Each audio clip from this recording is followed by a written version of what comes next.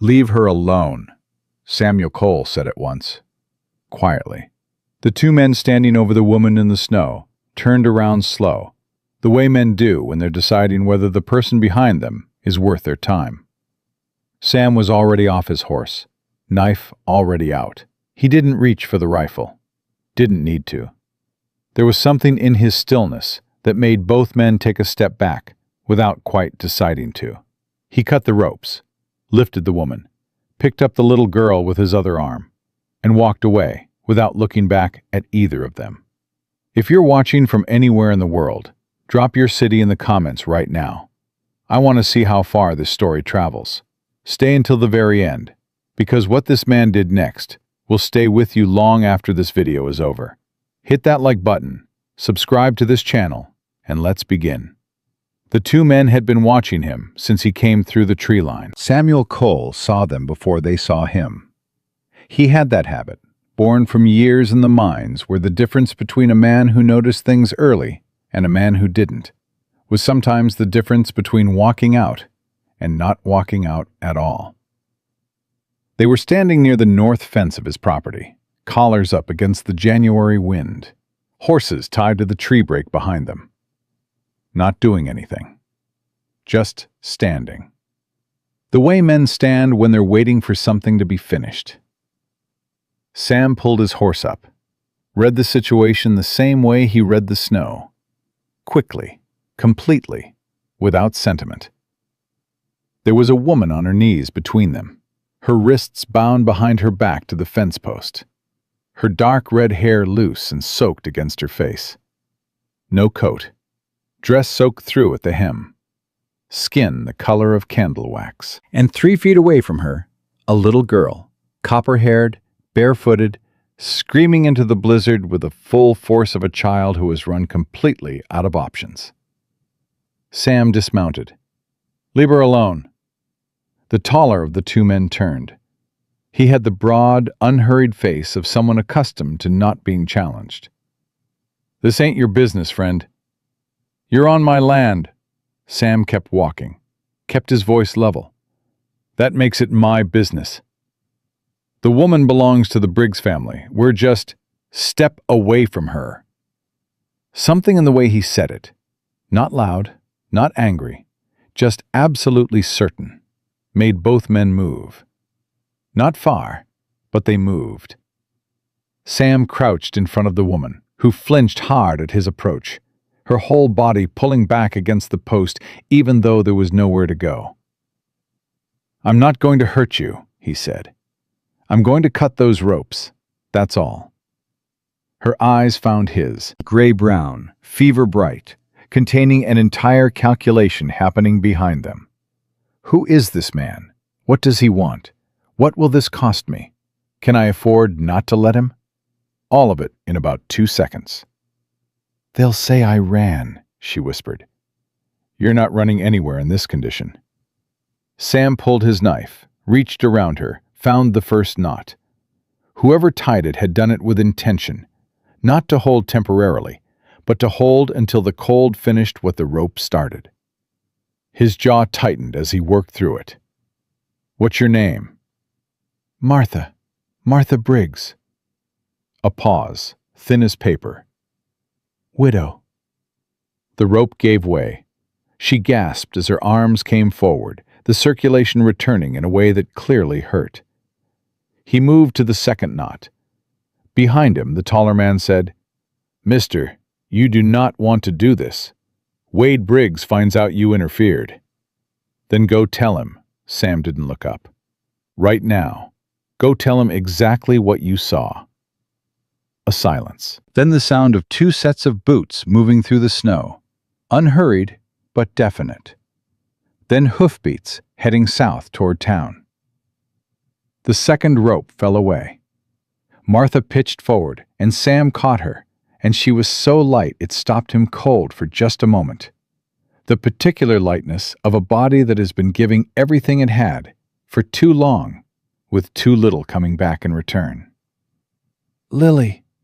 Her voice was barely there. "Where is—" "Right here, Mama."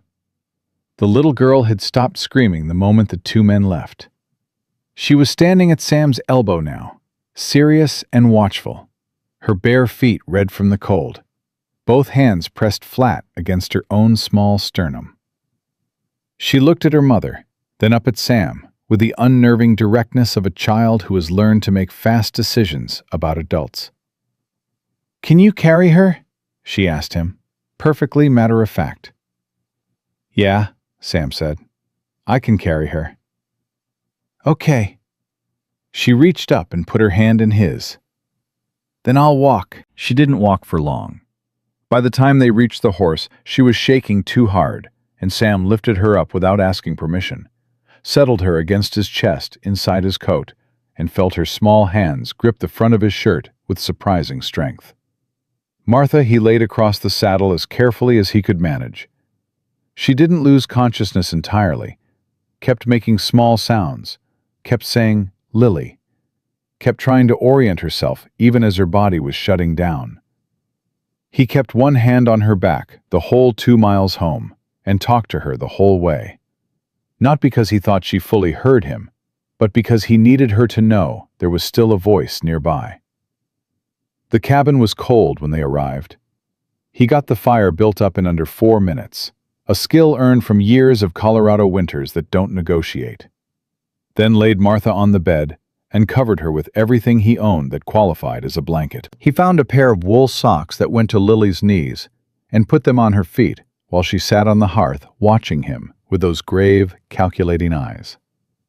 He warmed water, cleaned the rope burns on Martha's wrists, which were raw and deep and would scar. He spooned warm broth between her lips when she surfaced from unconsciousness, held her steady when the shaking got bad, checked the door twice an hour because something in his gut told him the 2 men he'd sent away were not the end of it. Around the 2nd hour, Lily said, from her spot by the fire, "Wade said Mama deserved what she got." Sam was cutting bandage cloth. His hands slowed. "When did he say that?" "This morning, before the men took her outside." She was turning a wooden button over and over in her small fingers, something she'd found in the seam of his spare coat hanging by the door. "He said she wasn't a real Briggs, and she never was. He said real Briggs women don't cause problems." Sam set down the cloth. He looked at this child, 3 years old, bare feet in enormous wool socks, sitting in a stranger's cabin after watching her mother be dragged outside and tied to a fence post, turning a button over and over in her hands, with the focused calm of someone who has learned that panic doesn't help. "You're safe here," he said. "Both of you." She looked up at him. "Wade has a gun." "So do I." She considered this, apparently found it satisfactory, and went back to the button. Martha woke fully around midnight. Sam heard the change in her breathing and was at the bedside before she could sit up, which she tried to do immediately, swinging her legs over the edge with the automatic urgency of a woman whose body had decided sleep was a liability she couldn't afford. "Easy." He put a hand on her shoulder, careful and light. "You're all right. Lily's sleeping by the fire. You're in my cabin. You're safe." She looked at Lily, stared at her for a long 10 seconds, watching the rise and fall of her daughter's small chest. Then she pressed both hands over her mouth. Her shoulders shook once, hard. She pulled it back. "How long was I out?" "About 5 hours." She looked down at her bandaged wrists, turned them over, examining his work. Then she looked at him with those amber eyes that the firelight made into something startling. "You didn't have to do this." "I know. Most men in this county would have ridden past." "I'm aware." "So why didn't you?" He handed her the cup of broth he'd been keeping warm. She took it. He pulled the chair up to the bedside and sat, leaning his elbows on his knees, his voice quiet and even in the way he used when the truth needed to be said plainly. "When I was 20 years old, I watched a man get left in a mine collapse because the foreman decided the rescue would cost too much, he said. Man had a wife and 3 kids.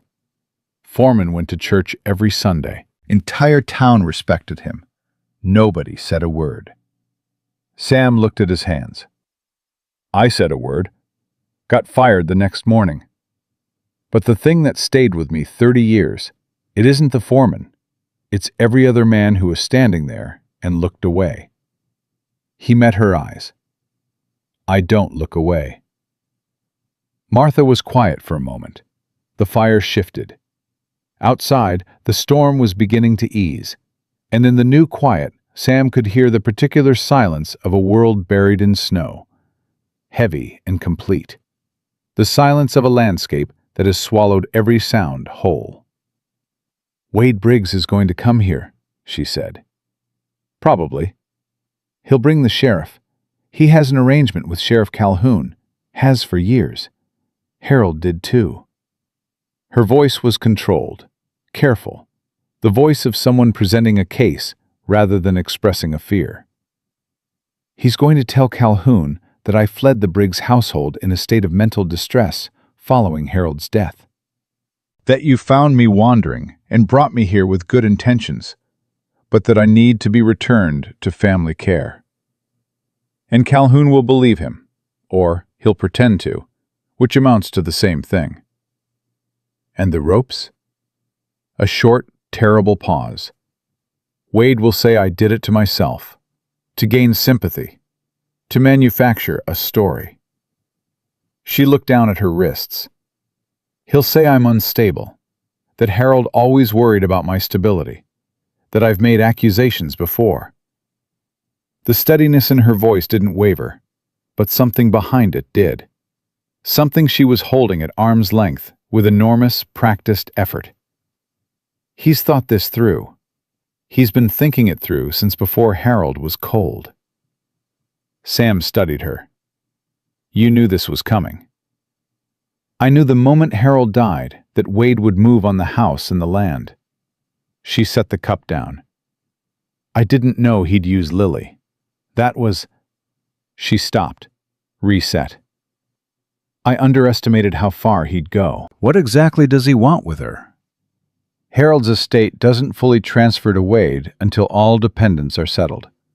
As long as Lily is considered an unsettled dependent, a minor child without a proper guardian, Wade controls the administration of the estate.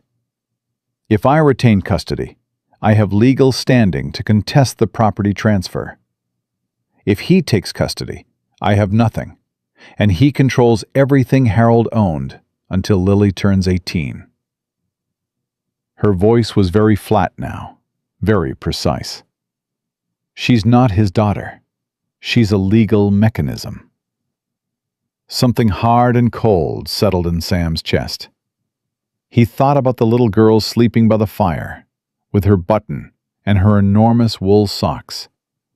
And he thought about a 28-year-old man who had looked at her and seen paperwork. He had your coat, Sam said. It came to him suddenly. The 2 men. The taller one was wearing a woman's coat over his own. Martha blinked. Then something shifted in her face.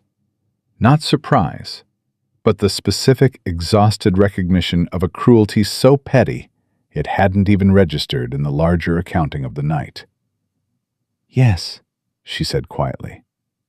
He took it before they brought me outside. Said I wouldn't need it for long. The fire cracked and shifted. Sam stood, moved to the window, looked out at the snow-buried dark of his property. The storm had dropped to a low, steady fall now, the kind that would be passable by morning if it held, which meant the road to Coldwater Creek would be passable too, which meant Wade Briggs would know by dawn that his plan had failed. And men like Wade Briggs, in Sam's experience, did not absorb failure quietly. They absorbed it, and they recalculated, and they came back with something worse. There's a woman in town, Sam said, still looking at the window. Agnes Porter. Runs the general store on Main. She was here before the Briggses were, and she'll be here after. She knows every piece of business in that county, and she has no patience for men who use the law like a private tool." He paused. She also knew Harold, knew what he was, under the reputation. She told me once that the day he died, 3 women she knew breathed for the first time in years. Martha was very still behind him. "You'd go to her?" "First thing in the morning." He turned from the window. "She'll know what we're dealing with legally. She'll know what can be done." "And if nothing can be done?" He looked at her steadily. "Something can always be done. It just isn't always comfortable." She held his gaze for a long moment. He could see her deciding. Not whether to trust him. Not exactly.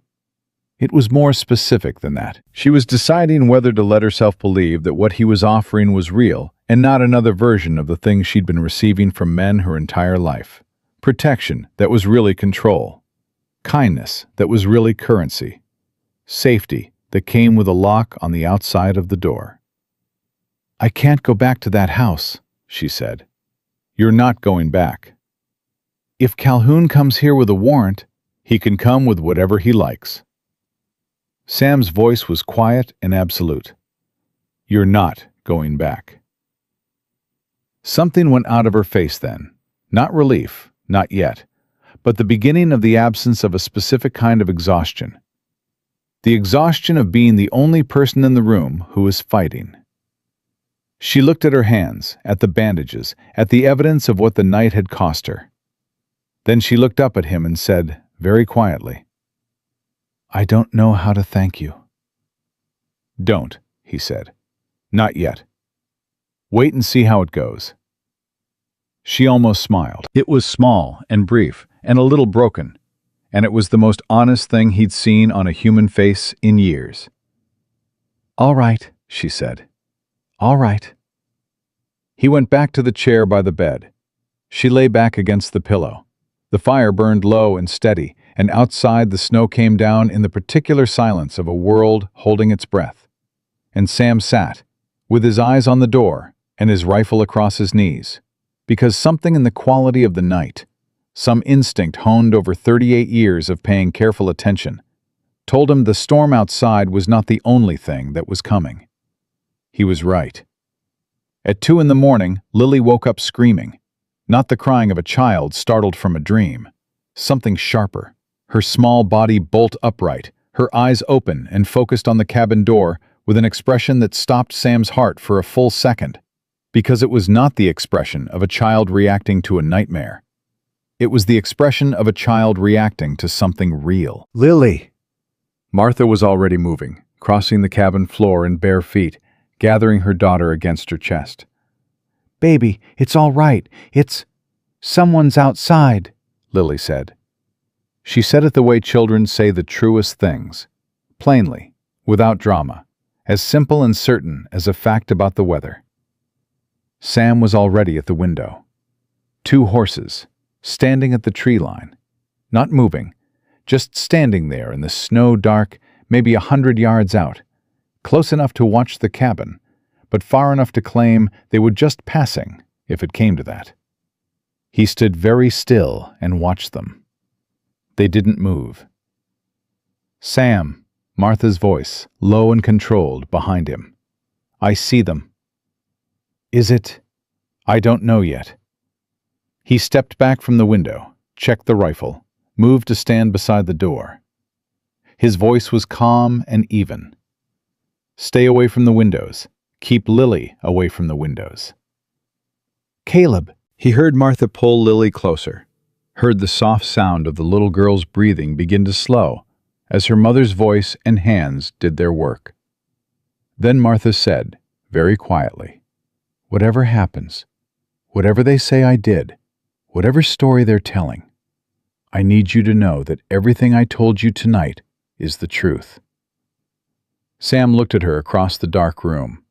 The fire had burned to coals, and in the low red light, she looked like something from a painting. A woman holding her child in the dark, while men on horseback waited in the snow outside. the entire weight of an unjust world pressing against the walls of a small cabin in the Colorado mountains. "I know," he said. Outside, one of the horses shifted, still didn't move closer, just watching, just waiting. Sam tightened his grip on the rifle and waited too. The horses didn't move for 40 minutes. Sam stood at the door with his rifle and counted his own breaths and watched them through the gap in the shutter slats. Two dark shapes at the tree line, patient and still as fence posts. Martha sat on the edge of the bed, with Lily pressed against her chest, the little girl's breathing slow now, almost asleep again, despite everything. The way small children can surrender to exhaustion, even in the middle of danger, because their bodies simply override their fear. At some point during the second hour, Martha said quietly, "They're not going to come in tonight." Sam didn't take his eyes off the window. "You know that?" "This is Wade's way of saying he knows where I am." Her voice was even, almost clinical. "He's not ready to move yet. He wants me to know he's watching. He wants me to spend the night afraid." A pause. "He's done it before, with Harold's blessing." Sam looked at her over his shoulder. She was sitting very straight, Lily tucked against her side, her bandaged hands folded in her lap, not trembling, not looking at the window. Her eyes were fixed on the middle distance with the expression of a woman running calculations. "How many times?" he said. It wasn't quite a question. "Enough that I recognize the pattern." She finally looked at him. "By morning he'll have a story. He always has a story ready before he makes a move. That's what tonight is. He's buying himself time to construct it properly." "What kind of story?" "The kind where he's reasonable and I'm not." She smoothed Lily's hair back from her forehead with one bandaged hand, gentle and automatic. "Harold was the same way. The whole town thought Harold Briggs was the steadiest, most patient man in Colorado. When I tried to tell Agnes Porter what he was, what it was like inside that house, she believed me. But she was one person." Her jaw tightened. One person doesn't change a town's mind about a man they've respected for 20 years. Sam turned back to the window. The two horses were still there. One of them moved, a small shift, a restless step, and then was still again. "Get some sleep," he said. "I'll watch." "Sam, you can't do anything useful running on empty. Get some sleep. I'll wake you if anything changes." A long silence. Then the sound of her settling back on the bed, drawing Lily against her. Then quiet. Sam stayed at the window with his rifle and his thoughts, and watched the tree line until, somewhere around 4 in the morning, the two horses turned and walked away south through the snow, without hurrying, without any particular drama, as if they'd simply finished a job and were heading home. He stood there until he couldn't hear them anymore. Then he sat down in the chair by the door and closed his eyes for 2 hours. And that was enough, because it had always been enough. Dawn came gray and cold and absolute. Sam had the fire built up and coffee on before Martha woke, and when she came out of sleep, it was the same way she'd done everything else he'd seen from her. Quickly, completely, without the slow surfacing that most people needed. She was awake, and then she was sitting up and assessing the room in a single motion, her eyes going immediately to the window and then to Sam. "They left around 4, he said, pouring coffee. She accepted the cup. "Agnes Porter," she said. "You should go this morning." "I know." "Before Wade gets to her first." She wrapped both hands around the cup. "He'll try. He'll go to everyone he thinks I might lean on, and he'll put his version of events in their heads before I can speak for myself. He did the same thing when Harold died. Went to Reverend Holt before I could even get dressed and told him I'd been struggling, that Harold had worried about me, that grief sometimes made women behave in ways that weren't She stopped. Anyway, Agnes is too smart to fall for it, but he'll try. I'll be back before noon. Sam pulled on his coat. He looked at Lily, who had materialized from the bedroom and was sitting on the hearthrug, the wooden button from yesterday back in her hands, watching him with those serious eyes. She know how to use a rifle? Martha looked at him sharply. I'm asking, he said. I know how to use a rifle, Martha said. Harold insisted, actually. He wanted me to be able to defend the house if something happened while he was away. Something flickered across her face. The particular irony of a man who had armed his wife against outside threats and never once considered that the threat was him. There's a certain poetry in that. Sam took the smaller rifle from the rack by the door and set it on the table within reach.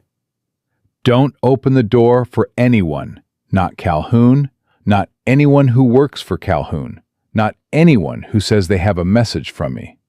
If I need to get back in, I'll knock 3 times, then once. 3 and 1, Martha repeated. 3 and 1. He looked at her. You'll be all right. She met his eyes steadily. I've been all right through worse. Go. The ride into Coldwater Creek took 40 minutes on a good road. This morning the road was neither good nor bad. The storm had softened to nothing overnight, and the snow lay thick and clean and still, muffling every sound, turning the valley into something that looked peaceful in a way Sam knew better than to trust. He rode fast and kept his eyes moving. Coldwater Creek was a town of 212 people, which Sam knew because Agnes Porter had told him once, with the precision of a woman who counts things. It had a main street of packed dirt that turned to mud in spring and froze solid in winter. A general store, a sheriff's office, a church, a livery, a saloon that tried to pretend it was something more respectable than a saloon, and enough history of powerful men doing as they pleased that the town had developed a particular posture, the collective hunch of a community that has learned to look at the ground when trouble walks past. Agnes Porter's general store was the first building on the left coming in from the East Road, which was the direction Sam came from, which was not an accident. Agnes had positioned it that way deliberately, she'd told him once. I want to see everything that comes into this town before it sees me. He tied his horse at the post outside and went in. Agnes was behind the counter, her gray hair pinned back under a practical hat, her reading glasses on the end of her nose, going through a ledger with the focused attention she brought to all accounting, other people's business included. She was 56 years old, had outlasted one husband, and declined 2 subsequent proposals, and had built the most profitable store in the county through some combination of business acumen, total recall for what every customer had ever bought or said, and a moral backbone that Sam had tested once, inadvertently, and found to be without flex. She looked up, read his face, closed the ledger. Martha Briggs, she said. You already heard. Roy Callum came in an hour ago for tobacco, mentioned that Wade Briggs was at the sheriff's office first thing this morning, filing a report. She pulled her glasses off. Missing persons. Claimed his stepmother fled the house in a state of distress 2 nights ago and hasn't been seen. Said he was deeply concerned for her welfare and the welfare of her child. Her voice was perfectly flat. He used the word welfare 4 times in Roy's telling of it, which means he used it at least 6 in the actual conversation. Sam put both hands on the counter. She's at my cabin. I found her tied to the fence post on my north line yesterday morning. No coat. The little girl was barefoot in the snow. He reached into his coat pocket and put the folded paper on the counter. This was nailed above her head. Agnes unfolded it, read it. Her expression didn't change, but something around her eyes went very still in the way that meant she was deciding something. How bad are the wrists? She said. She'll scar. Agnes set the paper down carefully. Sheriff Calhoun is going to come to your cabin today. Before noon, most likely, because Wade will push him, and Calhoun doesn't have the backbone to push back. She looked at Sam directly. He's going to have a document, a petition for temporary guardianship of Lily Briggs, on the grounds that Martha is an unfit and unstable custodian. Wade filed it 3 days ago, before Harold was even in the ground 2 weeks. He was ready. Can he get it? He can get Calhoun to carry it. Whether it holds up is a different matter. She came around the counter, moved to the window, looked out at the empty main street with her arms crossed. There's a lawyer in Denver, Thomas Garrett. He's handled cases against the Briggs family before. Harold tried to steal water rights from the Kellerman Ranch 4 years back, and Garrett stopped him cold. He doesn't care about their money, and he doesn't care about their reputation. She turned. I can get a telegram to him today. He could be here in 3 days if the roads hold. 3 days is a long time if Calhoun comes with a document today. I know. Agnes pressed her lips together. Martha needs to refuse to go. Politely, clearly, in front of witnesses if possible. Calhoun can't physically remove her from your property without a full court order, and a full court order takes longer than a petition. Wade knows this. He's hoping she'll be frightened enough to comply before she understands what she's actually signing. She looked at Sam. Is she frightened? He thought about Martha, sitting straight-backed on the edge of his bed at 2 a.m, with her daughter against her chest, running calculations while men on horseback watched from the tree line. Not in the way Wade thinks she is. Agnes studied him for a moment. You trust her? It wasn't a question, but it had the shape of one. The shape Agnes gave to things she'd already decided, but wanted to hear spoken aloud for confirmation. Sam met her eyes. I trust her. Good. Agnes moved back to the counter, picked up the paper, folded it again, and held it out to him.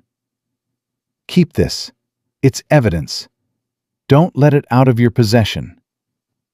She was already moving toward the back room. I'm going to send that telegram now. You go back to your cabin. When Calhoun comes, and he will come, let Martha speak for herself. Don't put yourself between her and the sheriff unless he tries to physically remove her.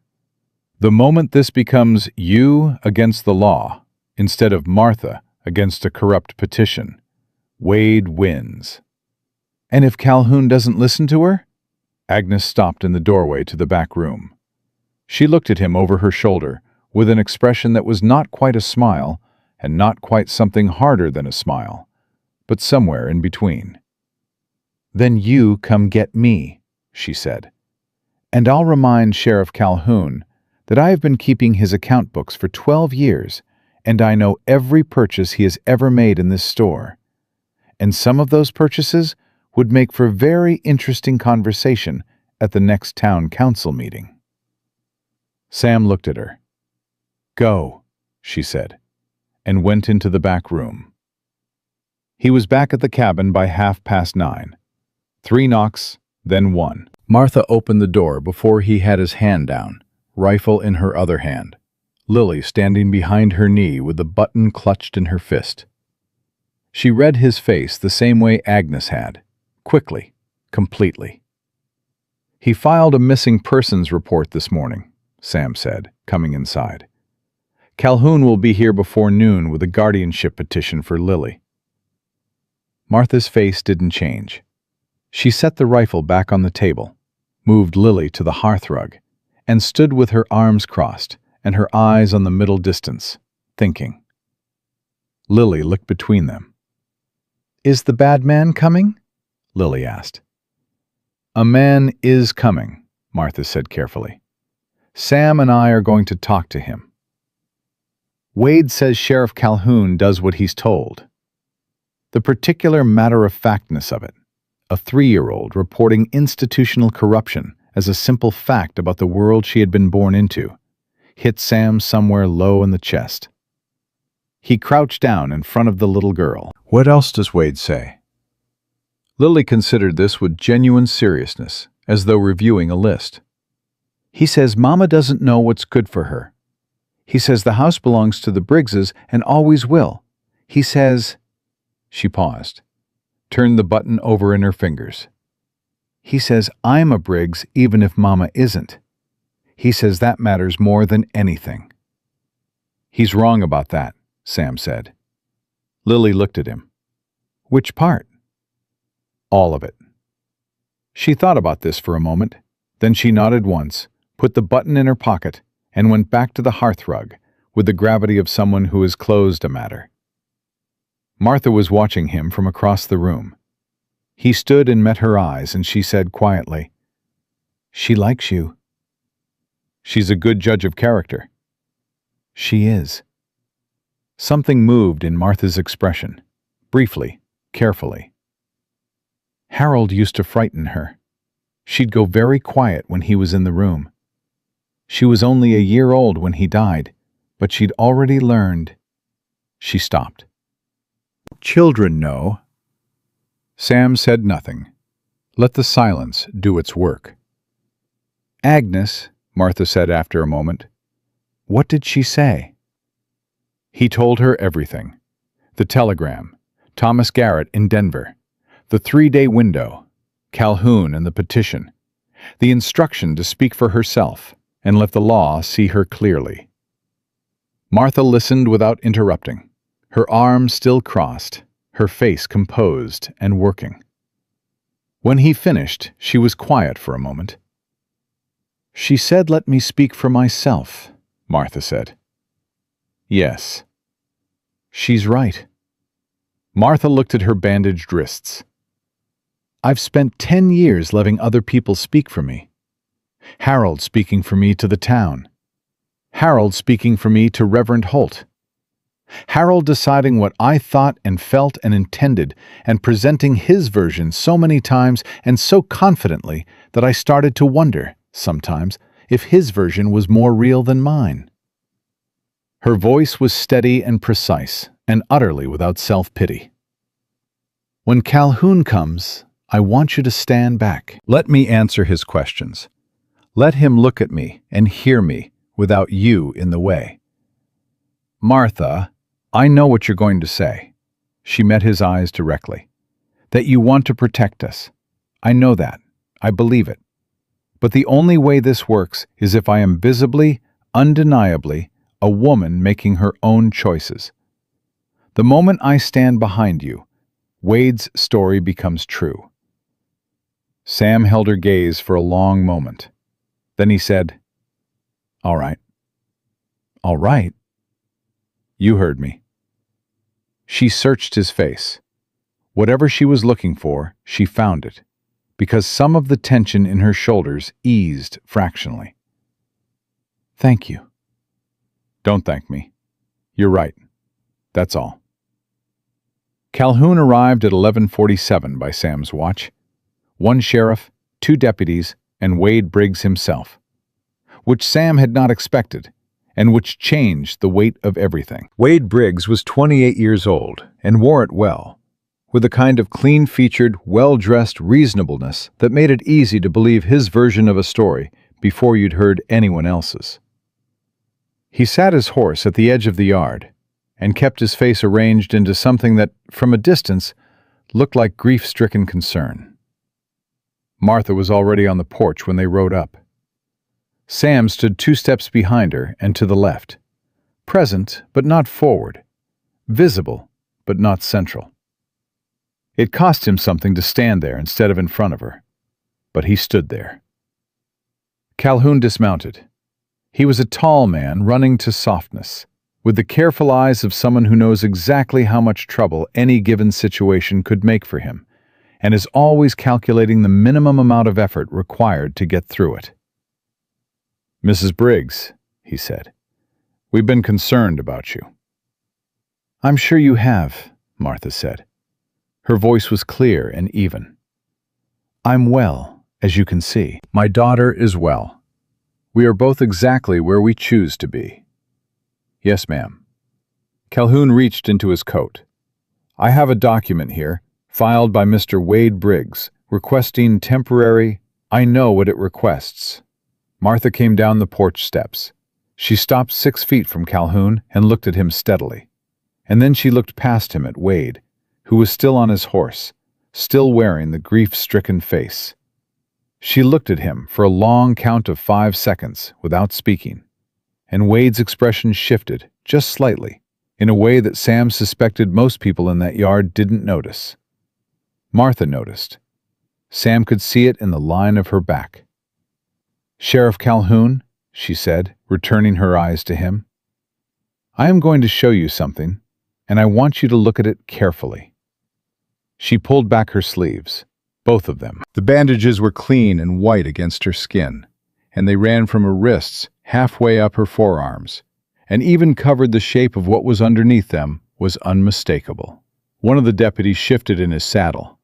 The other one looked at Wade. "I was tied to a fence post on Mr. Cole's property line yesterday morning," Martha said. "In January. Without my coat. My 3-year-old daughter was barefoot in the snow beside me. I was left there by 2 men employed by the Briggs household. She let that sit for precisely the right number of seconds. I did not flee my home in a state of distress. I was removed from it, and bound to a post, and left to die. Mr. Cole found us, and saved our lives."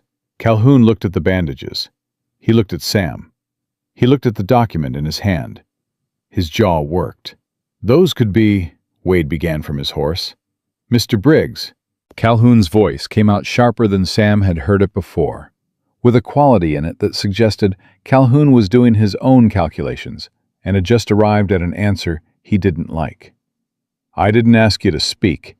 Wade closed his mouth. The grief-stricken face held, but the eyes behind it went flat and cold. "Mrs. Briggs," Calhoun said carefully, "are you stating, of your own free will, that you are here by choice and wish to remain?" "I am." "And that you were not brought here against your will by Mr. Cole?" "Mr. Cole saved my life, and the life of my daughter. I am here because I choose to be here, and because it is the only safe place available to me." She held Calhoun's eyes without blinking. "If you serve that document today, Sheriff, you will be returning a woman and the 3-year-old child to the custody of the man who left them to freeze. I want you to be clear that you understand that before you decide what to do next." The silence in the yard was absolute. Calhoun looked down at the document in his hand for a long moment. Then he folded it, slowly and deliberately, and put it back in his coat pocket. "I'm going to need to conduct a proper investigation before I can act on this petition," he said. He did not look at Wade when he said it. "Mrs. Briggs, I'd ask that you remain available for questioning in the coming days." "Of course," Martha said. "Mr. Cole?" Calhoun looked at Sam. "I expect you'll ensure she's available?" "She can speak for herself," Sam said, "as you've seen." Something moved in Calhoun's eyes. Not quite respect, but the precursor to it. The moment before a man revises his understanding of a situation. He nodded, once. Turned his horse. Wade did not turn his horse. He sat very still at the edge of the yard and looked at Martha with an expression that had dropped all pretense of grief or concern. What was underneath it was simpler than that, and considerably colder. "This isn't finished," he said. Quiet even, the way a man speaks when he is absolutely certain of his own power and is simply reminding you of a fact. Martha looked up at him. She was standing in the snow in her boots and her borrowed coat and her bandaged wrists. And she looked up at the man on horseback who had taken her coat and tied her to a post and left her daughter barefoot in a blizzard. And she said, in a voice that did not shake at all, "No, but it's going to be." Wade Briggs turned his horse and rode south without another word, and that was almost worse than if he'd argued. A man who argues is a man who still needs to convince you. A man who simply turns and leaves has already moved on to the next step. Sam watched him go. Martha watched him go. Lily, who had appeared in the doorway at some point during the confrontation with the silent, absolute timing of a child who always knows exactly when something important is happening, watched him go too, her small hand gripping the doorframe. When the sound of hoofbeats faded to nothing, Martha let out a breath that she'd clearly been holding since Calhoun unfolded that document. It came out slow and controlled, not a collapse, but a release. The careful, disciplined exhale of a woman standing down from high alert. She turned and went back up the porch steps and took Lily's hand and went inside without speaking. And Sam followed and closed the door behind them. For a long moment, nobody said anything. Lily looked between the two adults with her customary seriousness. Then she said, "He's going to come back." "Yes," Martha said. She sat down at the table. Her hands, Sam noticed, were perfectly steady. "He is." "Agnes said 3 days for Garrett," Sam said. "Calhoun bought us time today, but he won't stall forever. Wade will find a way to pressure him." Wade has been pressuring Calhoun for years. Harold did before him. Calhoun is a man who has been leaned on so long, he's forgotten what it feels like to stand straight. Martha looked at the table. But what happened today? Him putting that document back in his pocket. Wade didn't expect that. That's going to make him angry. She looked up. When Wade is angry, he stops being patient. And when he stops being patient, he makes mistakes. You're counting on that. I'm planning around it. She pressed her palms flat on the table. Wade's entire case rests on the story that I am unstable, and Harold was worried about me, and the household was loving, and I fled of my own chaotic free will. The moment Calhoun saw these bandages, that story developed a problem. She turned her wrists over, looking at the white bandages with a kind of clinical assessment. Wade is going to need to explain the bandages. He can say I did it to myself. He will say that. It's the next move. But Calhoun saw his face when I pulled back my sleeves. Calhoun is not a good man, but he is not a stupid one. And he saw Wade's face. Sam pulled out the chair across from her and sat. "What do you need from me for the next 3 days?" She looked at him steadily. "You've already done more than—" "That's not what I asked." A pause. She held his gaze. Then she said, "I need to write a statement. Everything that happened, in order, with dates and specifics. If Thomas Garrett is going to help me, I need to give him something to work with when he arrives." She glanced toward the small writing desk in the corner. Sam's, spare and practical, with a stub of pencil and a few sheets of paper. "Do you have more paper than that?" "I can get it. I also need to speak to Reverend Holt." Sam frowned. Agnes said Wade got to him first. He did. But Joseph Holt is not a corrupt man. He's a man who was given one side of a story by a very convincing person, and hasn't yet been given the other side. She was quiet for a moment. Harold used Reverend Holt the same way he used everything else in this town, as a tool, as a character witness, as a layer of respectability. Holt genuinely liked Harold, genuinely believed in him. And when a man you genuinely like dies, and his grieving son comes to you with a story about a troubled widow, you believe it because you want to believe Harold Briggs chose his wife wisely. She paused. "I need Holt to see my wrists." Sam thought about that. He may not want to hear it. "I know. But he is a man of conscience, underneath the convenience. I have to believe that." Her voice softened by a fraction. "I have to believe someone in that town can look at what was done and call it what it is." Lily had settled on the hearth rug again, this time with a small piece of firewood she'd apparently decided was interesting, turning it over in her hands with the focused attention she brought to all objects.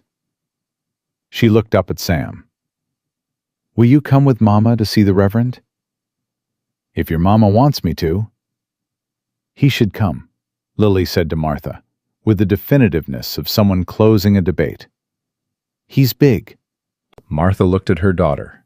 Something shifted in her face, brief and fierce and entirely maternal.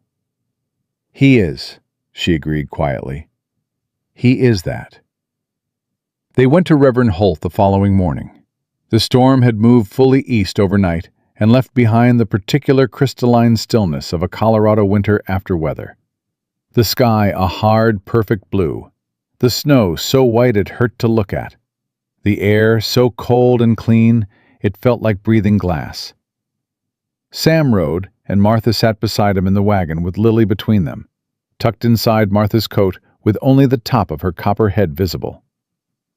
They didn't talk much on the road into town. Sam had learned in the past 2 days that Martha's silences were not the silences of a woman withdrawn or afraid, but of a woman who was thinking, and thinking hard, and did not need to fill the air while she did it. He appreciated that more than he could easily have said. He had spent 6 years in the company of a landscape that communicated entirely through action, and found human conversation that was purely decorative to be an enormous waste of everyone's time. Once, about halfway to town, she said, "How long have you been alone out here?" 6 years. By choice? He considered the question honestly. By the time it stopped being a choice, he said, "I've gotten used to it." She was quiet for a moment. Then, "I know what that's like. Making a cage comfortable enough that you forget it's a cage?" He looked at her. She was looking straight ahead at the road, her face calm, Lily a warm weight against her side. "The difference is," she said, "you built yours yourself. Mine was built around me." He turned back to the road. "You're out of it now." "I'm outside the walls," she said. "That's not the same thing as free. Not yet." Reverend Holt's church sat at the north end of Coldwater Creek's Main Street, a modest white building with a small attached house where Holt lived alone. He was 60 years old, thin and deliberate in his movements, with the kind of face that had once been openly warm and had developed, over years of navigating a complicated town, a more careful arrangement. He answered the door at Sam's knock, took in the two of them and Lily with a single sweep of his eyes, and his expression did the thing that Wade had trained it to do. A small preemptive tightening, a readying for a version of events he'd already been given. "Mrs. Briggs," he said. His voice was careful. "I'm glad to see you're safe. Wade has been very—" "I need 10 minutes, Reverend," Martha said. "That's all. 10 minutes, and then you can tell me I'm wrong if you believe I am." He looked at her. He looked at Sam. He looked at Lily, who was looking back at him with those enormous, serious blue eyes, one fist buried in the fabric of her mother's coat. Whatever Joseph Holt was, he was not a man who could look at a 3-year-old's face and close a door. "Come in," he said. They sat in the small front room of the house, Holt across from Martha, Sam on the chair by the wall, Lily pressed against her mother's side. Martha did not ease into it, or preface it, or apologize for it. She put her hands on the table between them, both of them, and unwound the bandages with steady, deliberate fingers, and laid her wrists open to the light. Holt looked at them, a long, still, absolute look. His face did something complicated. "Rope burns," Martha said, "from being tied to a fence post on Mr. Cole's property line 2 mornings ago. My coat had been taken. My daughter was barefoot. The temperature was 4 degrees. She wound the bandages back without looking away from him. "Harold Briggs told you I was troubled, that I had episodes, that he worried about my stability." Her voice was steady and quiet and utterly without accusation. "He told you that because a man who was doing what Harold did in that house, needs everyone around him to have a reason to discount his wife if she ever speaks. He was building his defense years before he ever needed it. She paused. Wade learned from Harold. He's using the same tools. Holt was quiet for a long time. Outside, the main street of Coldwater Creek went about its business. Boots on boardwalks, a horse at the hitching post, the distant sound of the smithy working. Normal sounds. The sounds of a town that had been deciding, for years, not to look at certain things too closely. "Martha," Holt said finally. His voice had changed. Not much, but enough. The careful arrangement had slipped. Underneath it was an older expression. Something more like the man he'd been before he'd learned to be careful. "I need you to tell me. Was Harold—" "Yes." She said it simply, without drama, without tears. "For 10 years.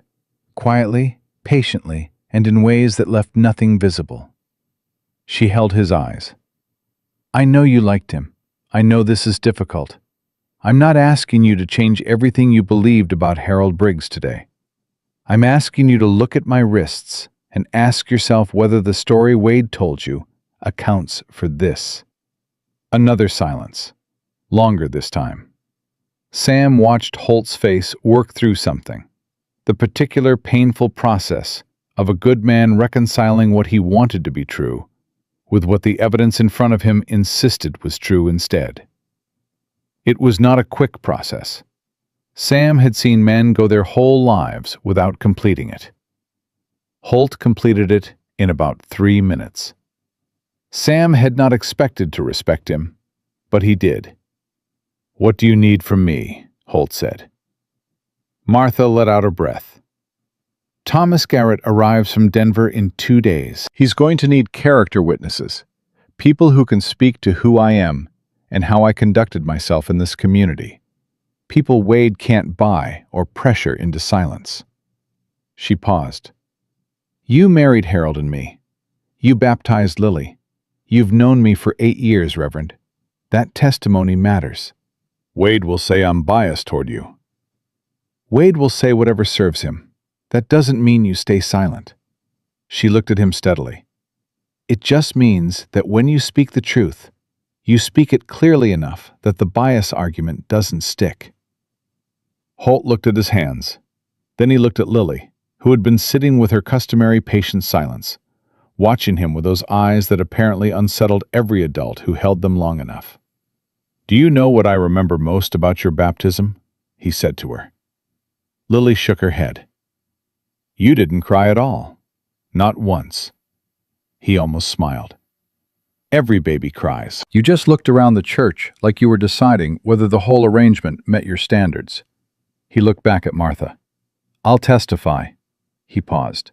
"I should have. There were things I noticed, over the years. Things I told myself had explanations." His voice was very quiet. "I should have asked more questions." "Yes," Martha said. "Not cruelly, just honestly." "You should have. But you're asking now." Sam drove them back to the cabin in the late afternoon, the low winter sun turning everything golden and long-shadowed. Lily fell asleep between them on the wagon bench, her head against Martha's arm, her breathing slow and even and untroubled in the way of a child who has decided, provisionally, that today was not a day that required vigilance. They were halfway home when Martha said, "Sam." "Yeah?" "I need to tell you something I should have told you yesterday." She was looking at the road ahead, her voice measured.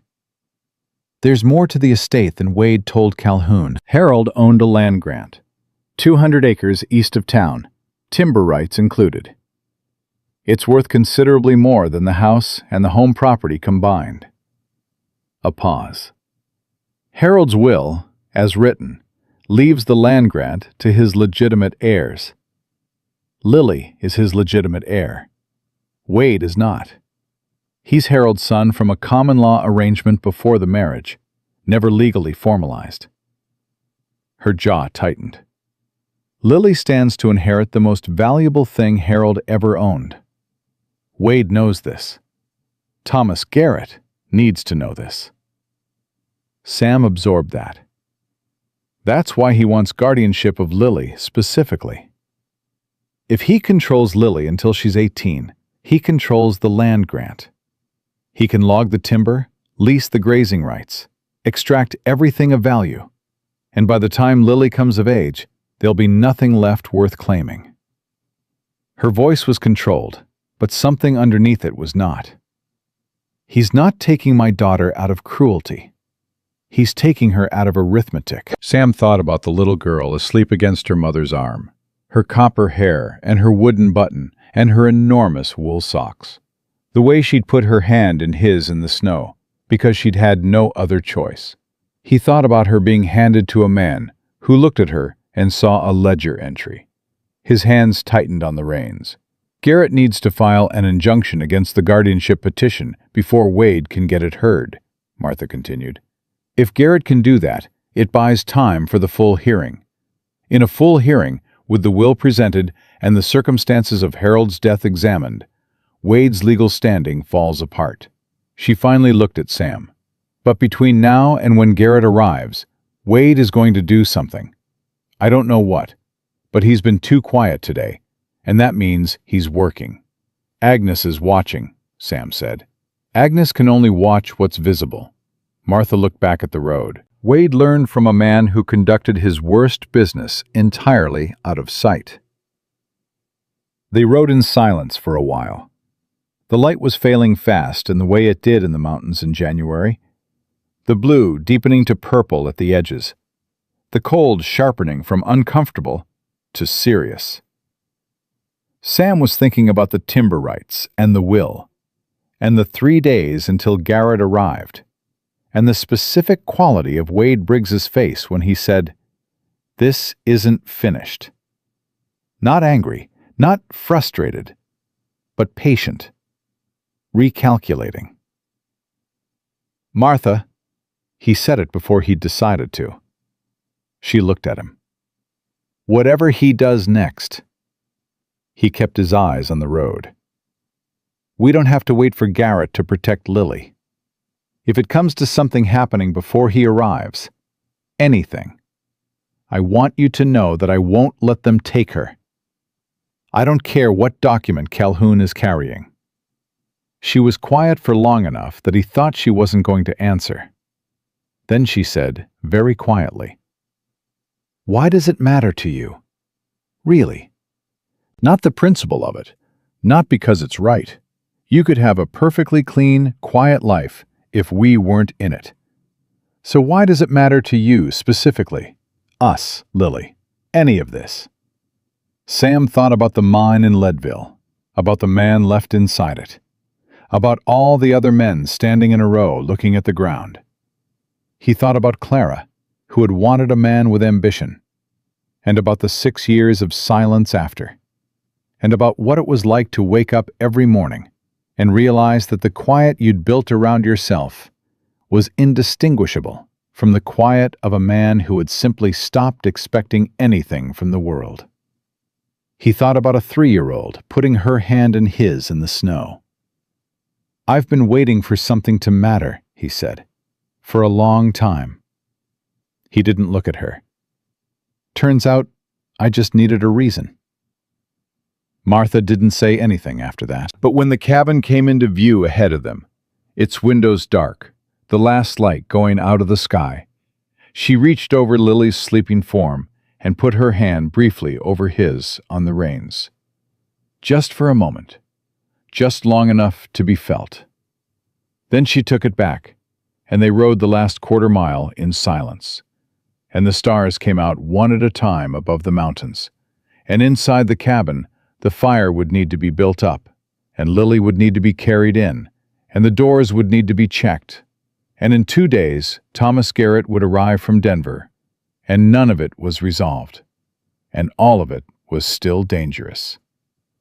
But when Sam jumped down from the wagon and reached up to take Lily from Martha's arms so she could climb down, the little girl stirred, without waking, and turned her face into the side of his neck and made a small, settled sound.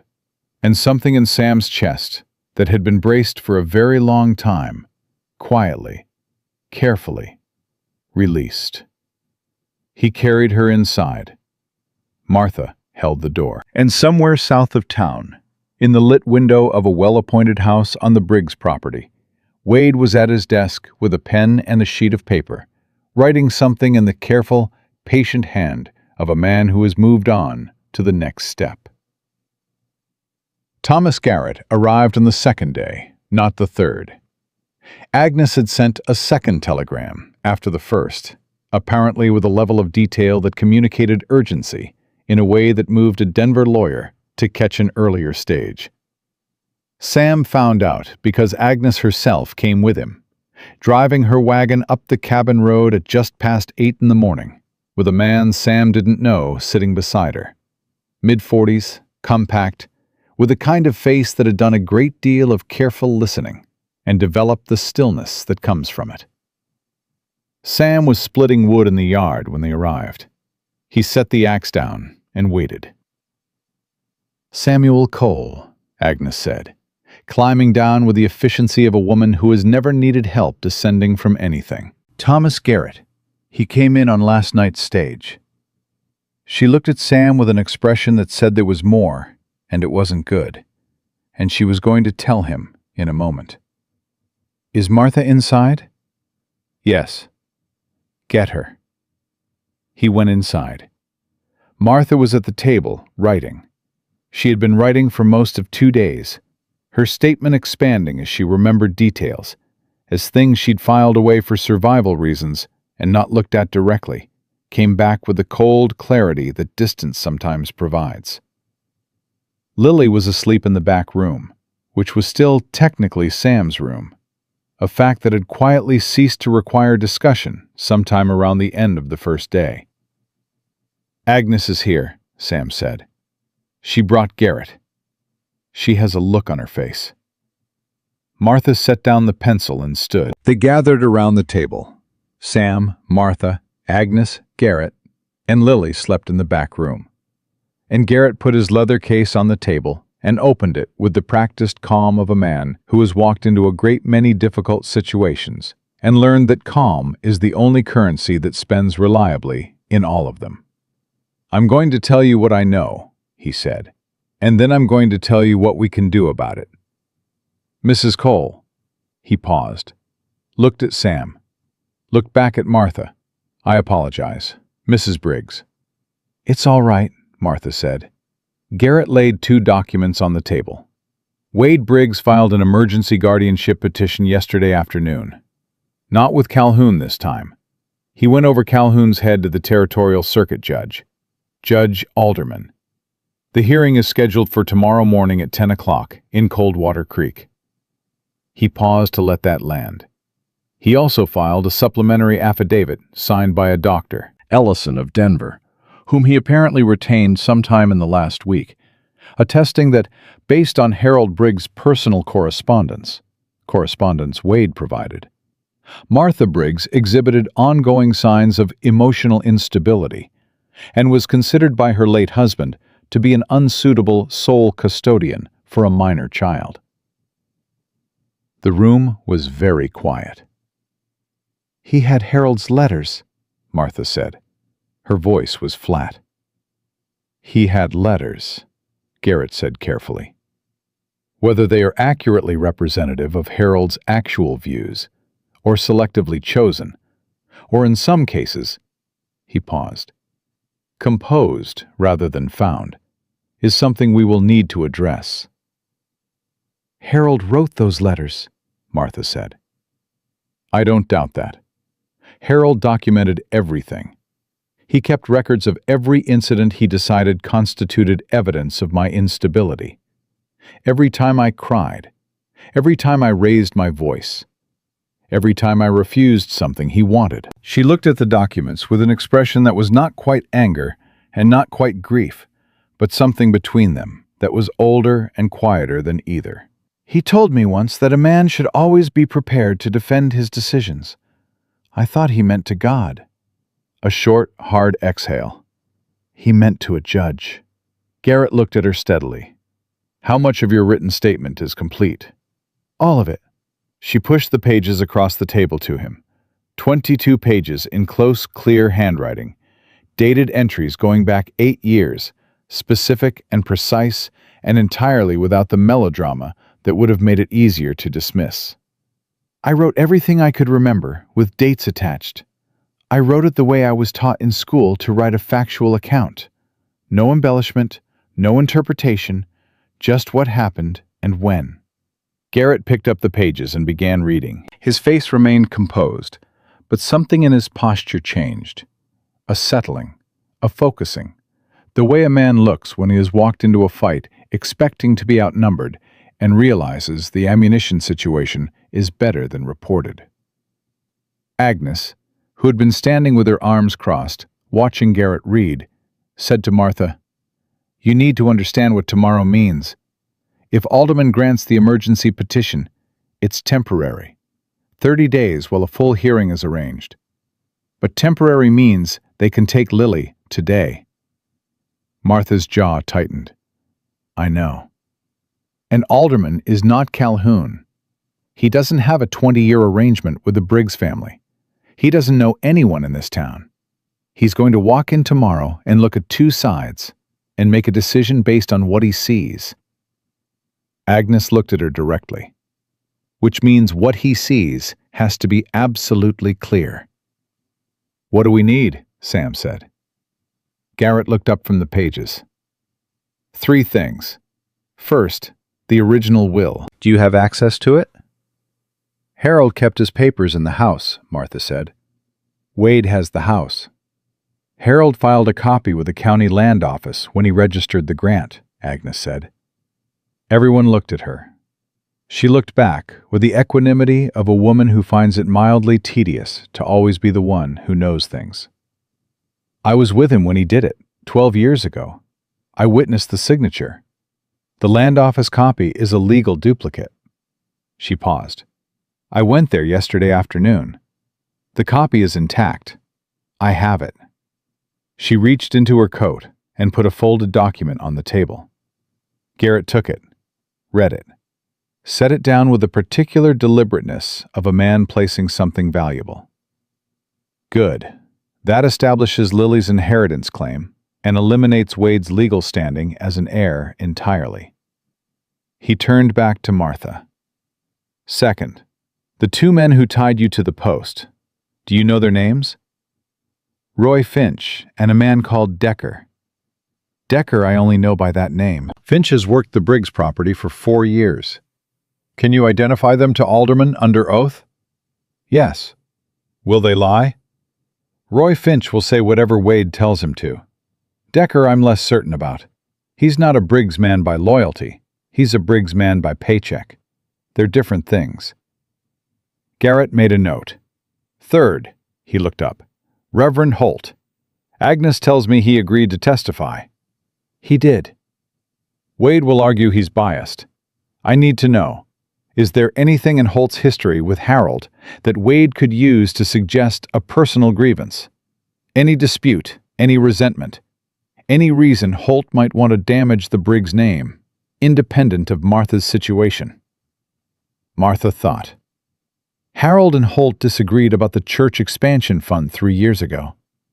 Harold wanted the money used for a new building. Holt wanted it used for families who'd lost cattle in the drought.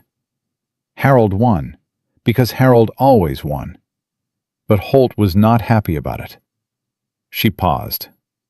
"Wade will use that." "Wade will try," Garrett said. "But a man who advocated using church money for struggling families is a difficult person to paint as malicious. It may help us more than it hurts." He closed his case, looked at Sam. "Mr. Cole, your testimony is critical and also the most vulnerable point in our case." "Why?" "Because Wade's entire secondary argument behind the instability claim is that you are not a neutral rescuer, but a man with a personal interest in Martha Briggs, that you manufactured or exaggerated circumstances to create a situation where she would depend on you, that the rope burns were pre-existing, minor, and that you embellished their severity." He held Sam's gaze. "He's going to suggest, in front of a judge who doesn't know you, that you are a lonely man who saw an opportunity." The cabin was very quiet. "That's what he's going with," Sam said. "That is what he is going with." Garrett's voice was even, without apology. The voice of a man delivering intelligence rather than opinion. He filed an affidavit from two men in Leadville, former colleagues of yours, stating that you had a reputation for becoming inappropriately attached to women in difficult circumstances. A woman named Clara Hennessy, who was your fiancée. Something went through Sam's face so fast it was almost invisible. Almost. Martha looked at him. He didn't look back at her. "Clara Hennessy ended our engagement," Sam said, 11 years ago. "She found someone with better financial prospects. That is the complete and accurate account of that situation." "I know," Garrett said, "which is why he's using it. There's nothing actionable in it. A broken engagement is not a character flaw. But in front of a judge who doesn't know the full story, beside the image of a widow and a child in your cabin, it creates a suggestion." He paused. "The best counter is simple and consistent testimony. You found her. You helped her. You are continuing to help her, because what was done to her was wrong, and you are a man who does not walk away from wrong. Nothing more complicated than that." "That's the truth," Sam said. "Good. The truth is always easier to keep straight." Garrett stood. "I need to speak to Holt this afternoon and review the land office copy with Agnes. Tomorrow, I need everyone at the courthouse by 9:30. He looked at Martha. "All of this rests on you. Your statement, your testimony, the bandages, your composure. Alderman will be looking at you every second you are in that room, and he will be deciding whether you are what Wade says you are. Everything you do tomorrow needs to communicate one thing." "What thing?" Martha said. "That you are the most reliable person in that room." She met his eyes without flinching. "I've had 10 years of practice appearing composed, while everything around me was not. I think I can manage one more day." Garrett looked at her for a moment with something that was close to admiration. "I believe you," he said, and picked up his case and went out with Agnes. And then there was the sound of the wagon going back down the road toward town, and Sam and Martha were alone in the cabin, and the fire needed more wood, and somewhere in the back room Lily was starting to stir. Neither of them spoke for a moment. Then Martha said, without looking at him, "Clara." "It doesn't matter," Sam said. "It matters to me." She looked at him then, and her eyes were careful and direct in the way they always were when she was about to say something she had decided to say completely. "Not because of what Wade is implying. I don't believe that for a moment. But because," she paused, "you've given up a great deal to help us. Your quiet, your clean life, your reputation apparently. And I have never once asked you whether that was something you chose or something that happened to you." He looked at her across the table. "I chose it." "Every morning since I've been here?" "Every morning since I found you tied to that post." He held her gaze. "Before that, I was just a man waiting out the winter. After that, I had a reason to want spring to come." He said it simply, without drama, the same way he said everything that was true. "That's not complicated, Martha." She was quiet for a moment. Then, very softly, "It is to me, because I have learned to be very careful about the difference between a man who helps because it costs him nothing and a man who helps because he has decided it is worth the cost." Her hands were flat on the table. "I need to know which one you are before tomorrow. Not for Garrett. For me." Sam thought about 6 years of deliberate solitude, about the mine in Leadville, about all the mornings he'd woken up and cataloged the work ahead, and not once in that entire accounting had there been anything that resembled wanting. He thought about a 3-year-old in the snow, and a woman with rope burns and 22 pages of precise, unflinching truth, and a piece of paper nailed to a fence post that said she brought this on herself. "I know what it costs," he said. "I know exactly what it costs. And I've done the accounting every day since you've been here." He didn't look away from her. The answer comes out the same every time. Martha held his gaze for a long moment. Her hands on the table were very still. Then she said quietly, "All right. All right. All right." Something in her face settled. Not softened, not closed, but settled. The way a decision settles when it has finally been made all the way down to the bottom. "I believe you." It wasn't a declaration of anything. It was something quieter than that and more important. The specific, weighted belief of a woman who has been given very good reasons not to believe. Extending belief anyway. Not from naivety, but from courage. Sam understood the difference. He had a feeling he always would. Lily appeared in the doorway to the back room, her copper hair going in several directions at once. The button already in her fist, despite having been asleep moments ago. Apparently retrieved as the first act of waking. She looked at both of them with her standard morning assessment. "Is today the day?" she said. "Tomorrow," Martha said. "Come here." Lily came and climbed into her mother's lap, and Martha wrapped both arms around her and pressed her face into her daughter's hair. And Sam went to put more wood on the fire, because the room had gotten cold while they sat at the table, and because some moments are not his to occupy. That night, Wade made his move. Sam was at the window. The habit had become permanent, an automatic last check before he allowed himself to sleep, when he saw the light. Not horses this time. A single figure on foot, moving along the tree line with a lantern turned low, moving toward the barn. He had his boots and coat on and the rifle in his hand before the thought was fully formed. He went out the back of the cabin, moving fast and quiet through the snow, circling wide around the side, so he was coming at the barn from the east rather than the front. The figure hadn't reached it yet. Sam stopped at the corner of the barn wall and waited. 30 seconds. Then the figure came around the corner of the fence and stopped very suddenly, because Sam was standing there with a rifle and the expression of a man who has been waiting for this and is not surprised. It was Decker, not Roy Finch, who would have gone wherever Wade pointed him. Decker, who Martha had said was a Briggs man by paycheck rather than loyalty, was standing in the snow with a lantern and a folded paper, and the particular expression of a man who has realized, too late, that the thing he agreed to do is going to cost considerably more than the thing he was paid. Sam looked at the paper in Decker's hand. "What is that?" Decker looked at the rifle. "Nothing." "Try again." A long pause. Decker was somewhere around 40, weathered and practical, with the look of a man who has made a long series of small bad decisions and is currently experiencing the cumulative weight of them. "Wade wanted it left on the barn door," he said.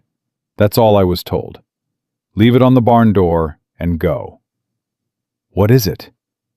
Decker unfolded it himself and held it up. Sam took it, keeping the rifle level, and read it in the lantern light. It was addressed to Martha, and it was brief. It said that the hearing tomorrow was a formality, that aldermen had already decided, that no lawyer from Denver changed what the territorial court had already agreed to grant, that if she came to the hearing, she would leave without her daughter, and that the cleanest thing for everyone, Lily included, was for Martha to present herself at the Briggs property before 9 in the morning and sign the guardianship papers voluntarily. That Wade was prepared to be generous about the house and certain personal effects in exchange for her cooperation. At the bottom, in a different hand, smaller, tighter, the handwriting of someone who had learned to write under the supervision of a man who believed perfection was a moral category, was a single line. Lily will be told her mother chose to leave. Sam read that line twice. He folded the paper and put it in his coat pocket beside the original note from the fence post. the one that said she brought this on herself. And now he had 2 pieces of paper in his pocket, and they told, between them, a complete and sufficient story about the kind of man Wade Briggs was. He looked at Decker. "You tied her to that post." Decker looked at the ground. "You took her coat." "Nothing. She has a 3-year-old daughter." Sam's voice was very quiet, and it was the quietness that made Decker look up. Because it was not the quietness of a man who is controlling his anger, but of a man who has moved entirely past anger, into something colder and more deliberate. Her daughter was barefoot in the snow. 4 degrees.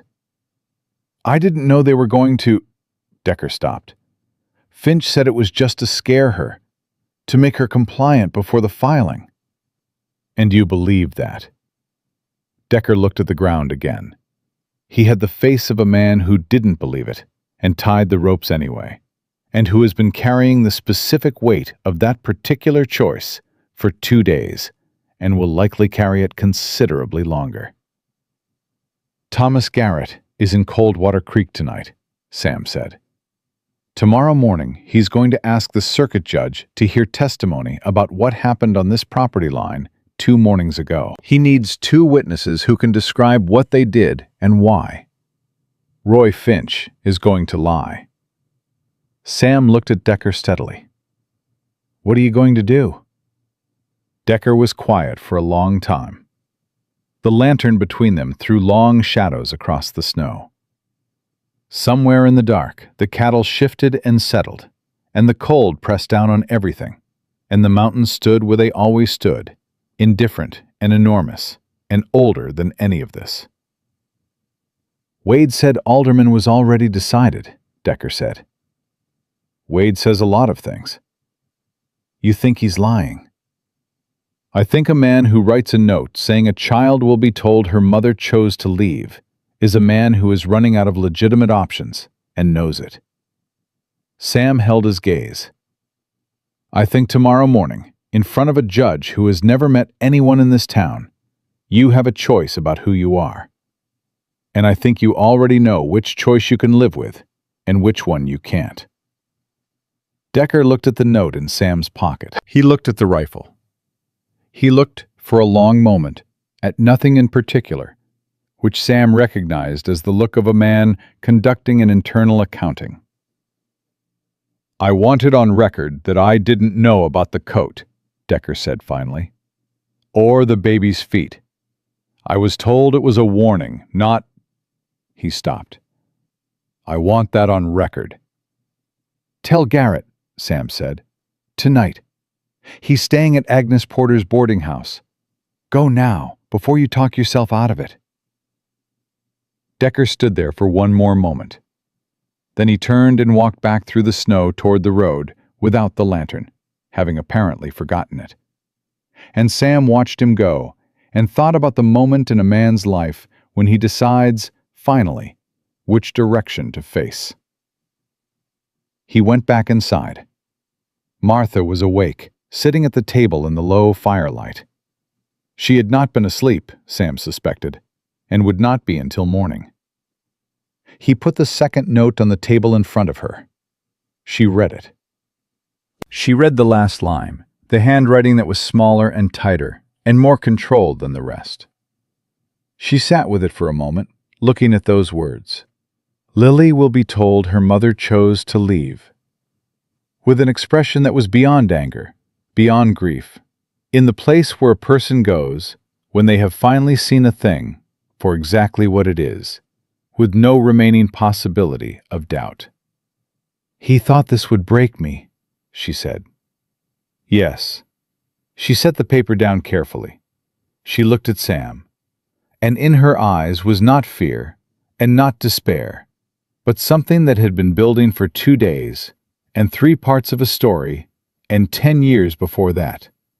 Something that had been compressed by Harold's patience and Wade's arithmetic and every person who had looked at the ground instead of at her, and it had nowhere left to go but forward. "Let him come," she said. Let him bring whatever he has. I will be in that courthouse tomorrow, and I will say everything I know, and I will let the judge see all of it.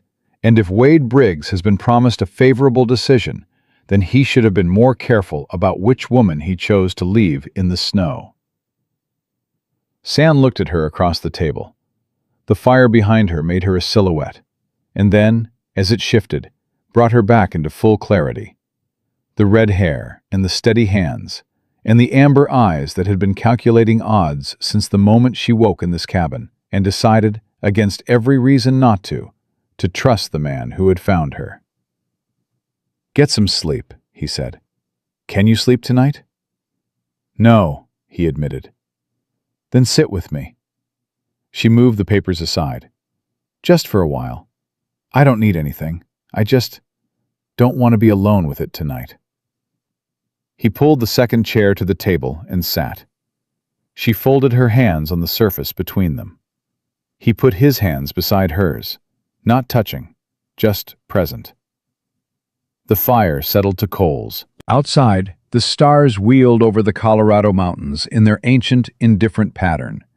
And somewhere south of town, a man named Decker was walking through the snow toward Agnes Porter's boarding house to make the only decision he would ever make in his life that he could be genuinely proud of. And somewhere else, in a lit room in a house that would not belong to him much longer, Wade Briggs was looking at a plan that had begun to develop the specific texture of something that is not going to work and does not yet know it. The morning of the hearing came in hard and clear, the sky a flat, pale white that meant cold without storm. The kind of January day that offers no weather as an excuse and no comfort as a consolation. Sam had the horses ready before dawn. Martha came out of the cabin in the dress Agnes had sent over the night before. Dark blue wool, simple and well made. The dress of a woman with nothing to prove and nothing to hide.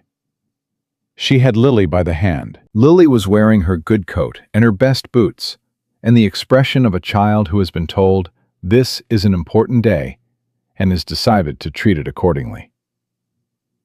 Sam looked at them both for a moment without speaking. "How do I look?" Martha said. Not vain about it. Practical. The way she was practical about everything. Assessing whether she presented the image that the day required. "Like the most reliable person in the room," Sam said. She held his gaze for a beat. Then she lifted Lily into the wagon, and Sam helped her up after, and they rode toward Coldwater Creek in the cold, white morning, without saying much, because everything that needed to be said had been said, and everything that hadn't been said yet would have to wait. Agnes was waiting at the courthouse steps with Garrett and Reverend Holt, and beside Holt, which Sam had not expected, were 4 other people. 2 women from the church auxiliary that Agnes had apparently mobilized overnight. A neighboring rancher named Burris, who had known Harold Briggs for 15 years, and apparently had things to say about that acquaintance. And Decker, who stood slightly apart from the group, with a specific posture of a man who has made a decision he hasn't fully made peace with yet, but intends to honor regardless. Martha saw Decker. She stopped on the bottom step. Decker looked at her. He didn't have the face for elaborate expressions. It was a plain, weathered face that had spent most of its life arranged into neutral. But something in it now was not neutral. It was the expression of a man who tied a woman to a post in the snow and then stood outside a cabin in the dark holding a note he couldn't make himself deliver, and who has arrived through the long, hard country of his own conscience at a place he did not expect to reach. "I'll tell the truth," he said, "about what happened, about what I did." He paused. "It won't undo it." "No," Martha said. "It won't." She looked at him steadily. "But it's the right thing." He nodded once, looked away. Martha went up the steps. The Coldwater Creek Courthouse was a single large room with wooden benches on either side of a center aisle and a raised bench at the front where Judge Alderman was already seated when they entered, reading through papers with the focused absorption of a man who does not waste time on ceremony. He was 60 years old, gray-haired, with the kind of face built from decades of hearing things that couldn't be unheard, and rendering decisions that couldn't be taken back. He looked up when the room began to fill, and his eyes moved across it with the quick, comprehensive assessment of a man who has learned to read a room before the first word is spoken. Wade Briggs was already seated at the respondents' table, with 2 lawyers in city suits. He was dressed with careful restraint, not wealthy, not ostentatious, just a concerned and reasonable young man who wanted what was best for a child. He had the face completely assembled, the grief-stricken concern at full performance. And when Martha walked in, he turned and looked at her with an expression of such practiced, aching worry that Sam, watching from the back of the room, felt his hands tighten involuntarily.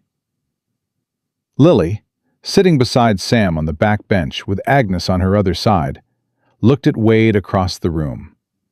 Her face did the thing it did, the careful, rapid, absolute assessment. Then she turned away from him and fixed her eyes on the front of the room and did not look at him again, with the decisive finality of a 3-year-old who has rendered a verdict and sees no reason to revisit it. Garrett opened for Martha's side without preamble, presenting the land office copy of Harold's will within the first 5 minutes. The will was clear, unambiguous, and entirely fatal to Wade's guardianship argument. Lily was Harold's legitimate heir to the land grant. Wade was not a named heir in any capacity, and the estate administrator had a legal obligation to the child's interests, not to an adult claimant with no inheritance standing.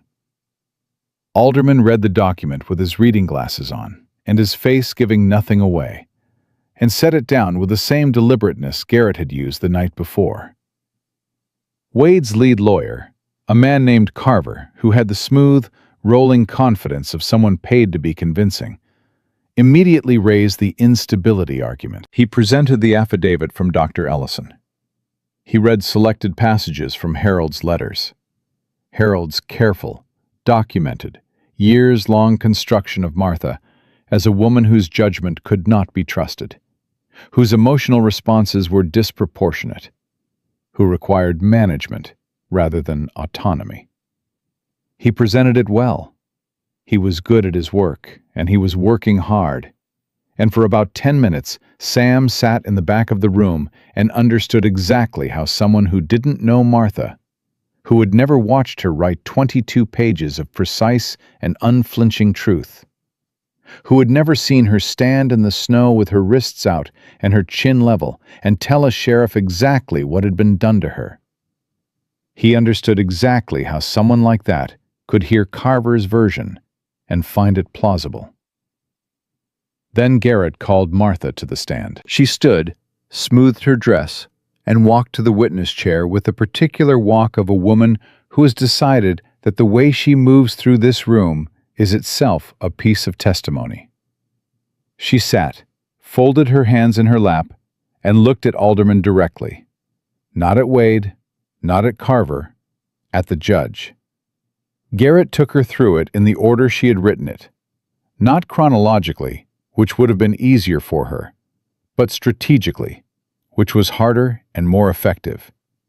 He started with the night in question, the coat, the men, the ropes, the 4-degree temperature, the barefoot child. He asked her to describe her wrists as they had been when Sam found her, and she described them without flinching. The color of the skin, the depth of the cuts, the loss of sensation in her hands that had lasted for 2 full days. He asked her to roll back her sleeves. She did. The scars were there, pink and definite against her skin, and Alderman looked at them for a long moment before Garrett moved on. Then he took her back 8 years, not to Harold's worst moments. Those would have been easy to dismiss as the subjective account of a grieving, unstable woman. Instead, Garrett asked her to describe the specific, documented incidents she had written in her statement. The dates, the words that were used, the way a particular kind of man constructs, slowly and patiently, over years, the architecture of a woman's doubt in herself. Martha answered every question in the same voice, controlled, precise, without embellishment, without tears, with the absolute reliability of someone who has nothing to prove, because the facts themselves are sufficient. Carver cross-examined her for 40 minutes. He tried every angle. The instability argument, the emotional distress narrative, the suggestion that her account was shaped by her attachment to Sam, the implication that a woman willing to accept the hospitality of a man she barely knew demonstrated exactly the kind of poor judgment Harold's letters described. Martha answered every question with the same steady precision. Not cold, not robotic.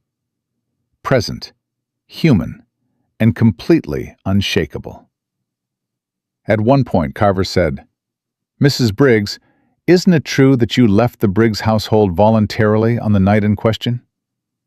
Martha said, "I was removed from the Briggs household by two men employed by Wade Briggs, taken to a fence post on a neighboring property, and tied there with rope. My coat was taken from me. My daughter was left in the snow without shoes. That is the complete and accurate account of what occurred." "But you could have called for help. You could have—" "My hands were tied behind a fence post," Martha said. "In January, at 4 degrees. Who would you suggest I call?" There was a sound from the gallery. Not laughter, something more complicated than that. Alderman looked up from his notes. His face, which had given nothing away all morning, did something brief and complicated of its own. Garrett called Decker next. Decker took the stand with the walk of a man carrying something heavy on his back that is not going to get lighter no matter where he goes. He sat. He was sworn in. And then, without Garrett needing to ask more than 2 questions, he said everything. He said it plainly and without ornament, in the flat, factual voice of someone who has decided that the only way to say a thing is to say it entirely. He had been instructed by Roy Finch, on Wade Briggs's orders, to take Martha to the fence post and secure her there. He had taken her coat because Finch said to.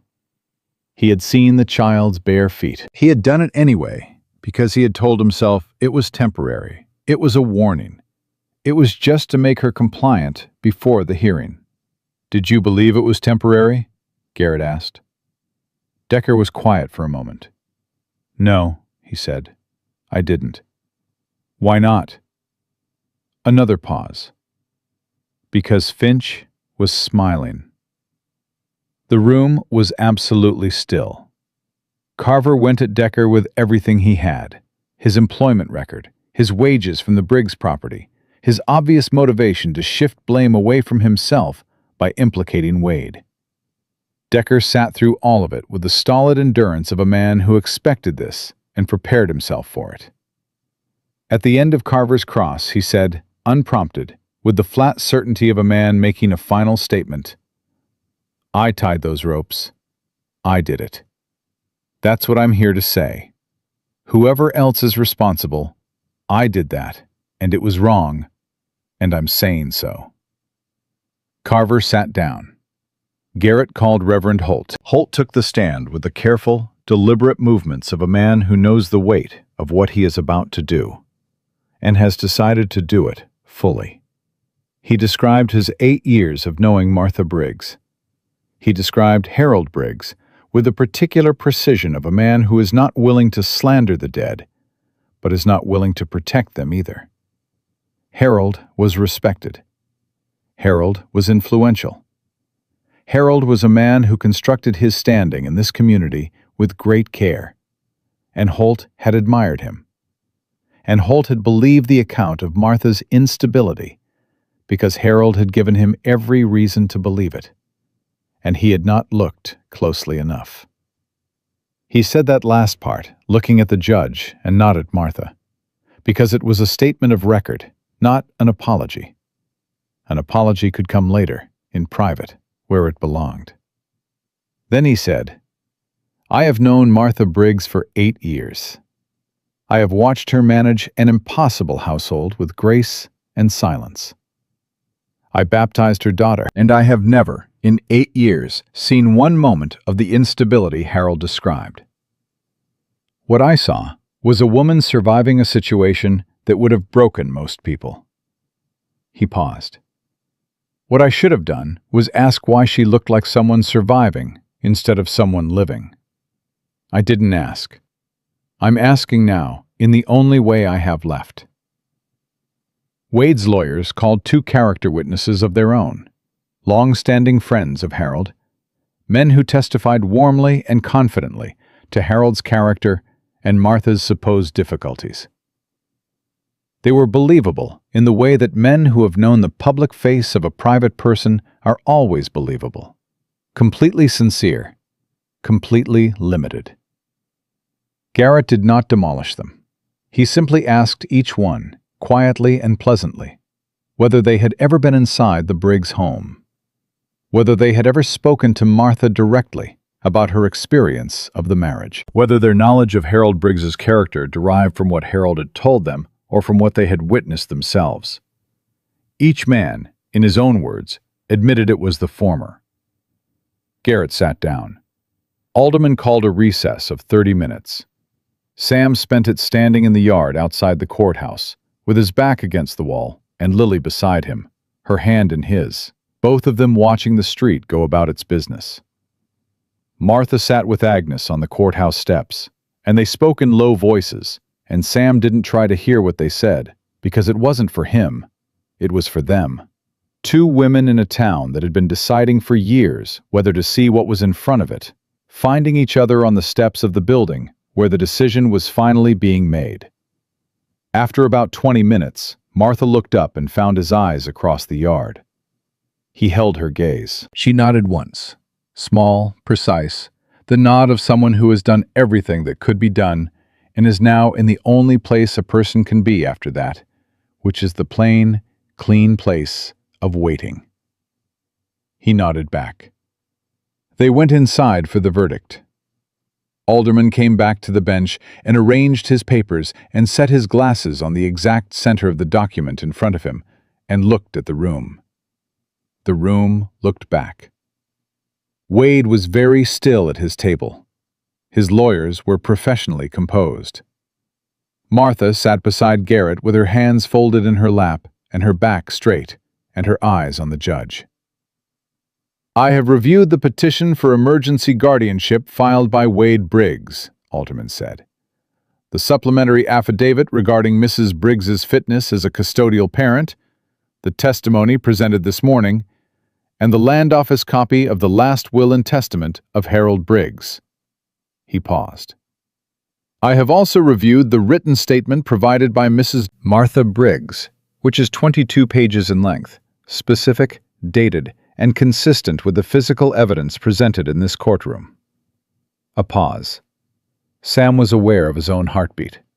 "The emergency guardianship petition is denied," Alderman said, "in its entirety." Wade made a sound, small, involuntary, the sound a man makes when he has been so certain of an outcome that its absence is physically registered before it is mentally processed. His lead lawyer put a hand on his arm. "Furthermore," Alderman continued, "based on the testimony of Mr. Decker and the corroborating physical evidence, I am referring this matter to the territorial prosecutor for investigation of charges including criminal abandonment, child endangerment, and conspiracy to commit the same. Mr. Briggs, you were advised not to leave the territory pending that investigation." He looked at Wade over his glasses with the expression of a man who has seen a great many things in his years on the bench and has not yet run out of the capacity to be clearly and specifically displeased by certain categories of them. "I am also issuing a permanent injunction preventing you or any representative of the Briggs family from pursuing any further custody or guardianship claim against Lily Briggs. The child's custodial parent is her mother. That is not a matter that will come before this court again." He closed the folder. "We're done here." The room moved all at once, sound and breath and the scrape of benches. Sam was on his feet. He saw Martha's back the exact moment her composure released. Not collapsed, released. The way a thing that has been held under enormous tension releases when the tension is no longer required. Her shoulders dropped by a fraction of an inch. Her chin came down. She pressed both hands flat on the table in front of her and held them there for a moment, steadying herself against the reality of what had just happened. Garrett was speaking to her. Agnes appeared at her side. Holt was there. The two women from the church auxiliary were embracing each other with the uncomplicated joy of people who have watched the right thing happen and are not too dignified to show it. Sam moved through the crowd to Martha. She turned as he reached her, and she looked at him with those amber eyes that had been calculating odds for 10 years and had finally, in this room, on this January morning, run the last number and arrived at a positive result. And there was something in them he had not seen before. Not happiness exactly, not yet, but the luminous and fragile thing that precedes happiness in a person who has forgotten it was possible. The first real light before the full dawn. She stepped forward. He opened his arms. She walked into them. She pressed her face against his shoulder, and she held on, and he held her, and neither of them said anything, because there was nothing to say that the holding didn't already contain. Around them the room continued its business, and at the door, Wade Briggs was being spoken to by one of Alderman's bailiffs, in the tone that means, "Your freedom of movement is now a managed thing." And Agnes was directing traffic with her customary efficiency. And somewhere in the dispersing crowd, Lily was looking for them, with the copper head turning this way and that. She found them. She pushed through two adults' legs and arrived at Sam's knee and grabbed his pant leg. He reached down and picked her up without breaking contact with Martha. And Lily inserted herself between them in the way of small children who refuse to acknowledge that they are not the center of every arrangement. And Martha laughed, a real laugh, sudden and unguarded and entirely human. The laugh of a woman coming back to herself from a very long way off. "You're squishing me," Lily announced. "Good," Martha said, and held them both tighter. Outside, the January sky was still hard and pale and cold, but the sun had gotten above the ridge and was doing what sun does even in January in the mountains, which is remind you that warmth exists and is coming. Sam stood on the courthouse steps with Martha beside him and Lily on his hip, and Agnes shook his hand with her firm, no-nonsense grip and said, "Well done," and moved off to organize the next thing, because Agnes Porter was always already organizing the next thing. Garrett stopped beside Sam on his way down the steps. "The injunction holds permanently," he said. "Wade will face charges. Based on Decker's testimony and the evidence, the prosecutor will move forward. It will take months, possibly longer, but the case is strong." He looked at Martha. "You built that case, Mrs. Briggs. 22 pages of dated, specific, consistent testimony is not something a judge can set aside. You made it impossible to set aside." "I learned from Harold," Martha said quietly. "He taught me that a person should always document their position. He meant it as a threat. It turns out it works both ways." Garrett almost smiled.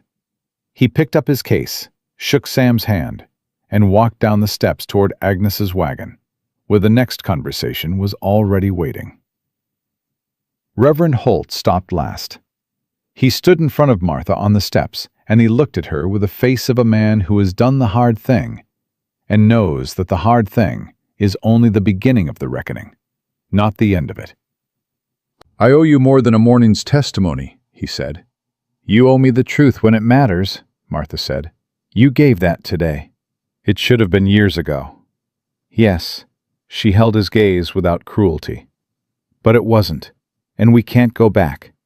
What we can do is make sure the next woman in this town who is living inside a story someone else is telling about her has somewhere to take the real one." She paused. "That is something you can actually do, Reverend. Every Sunday for the rest of your ministry." Holt was quiet for a moment. Then he nodded, once, with the gravity of a man accepting a commission.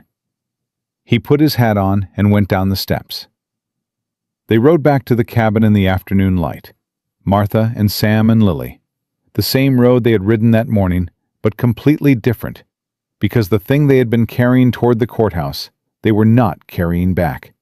And the absence of it changed the quality of the air itself. Lily fell asleep between them again, her head against Sam's arm this time, her button clasped in her sleeping fist. Martha looked at the mountains, at the blue-white sky, at the land going gold in the late afternoon, the way Colorado land does in January when the sun is low. Everything ordinary and extraordinary at exactly the same time. "What happens now?" she said.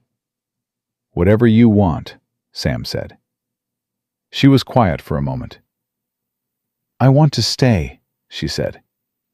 "Not because I have nowhere else to go.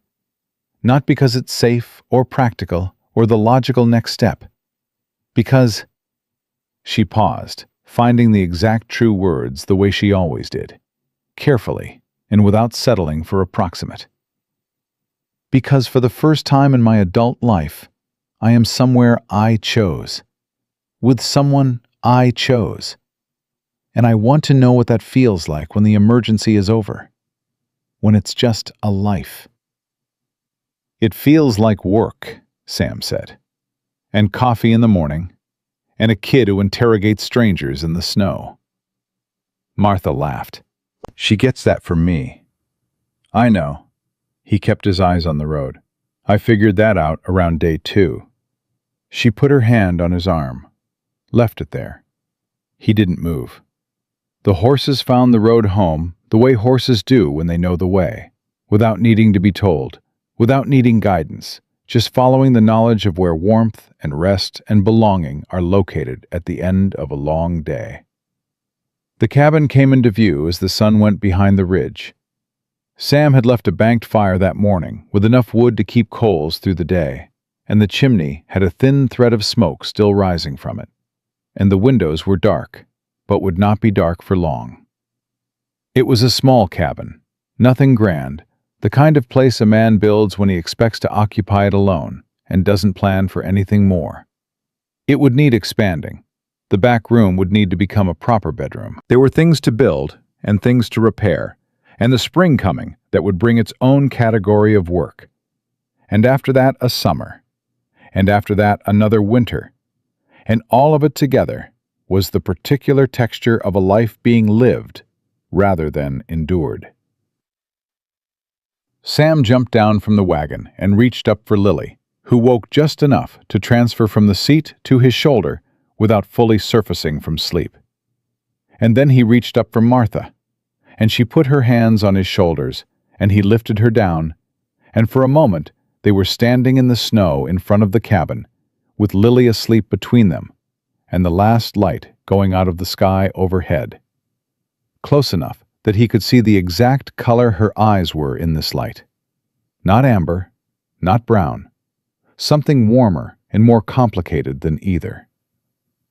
"Sam," she said. "Yeah?"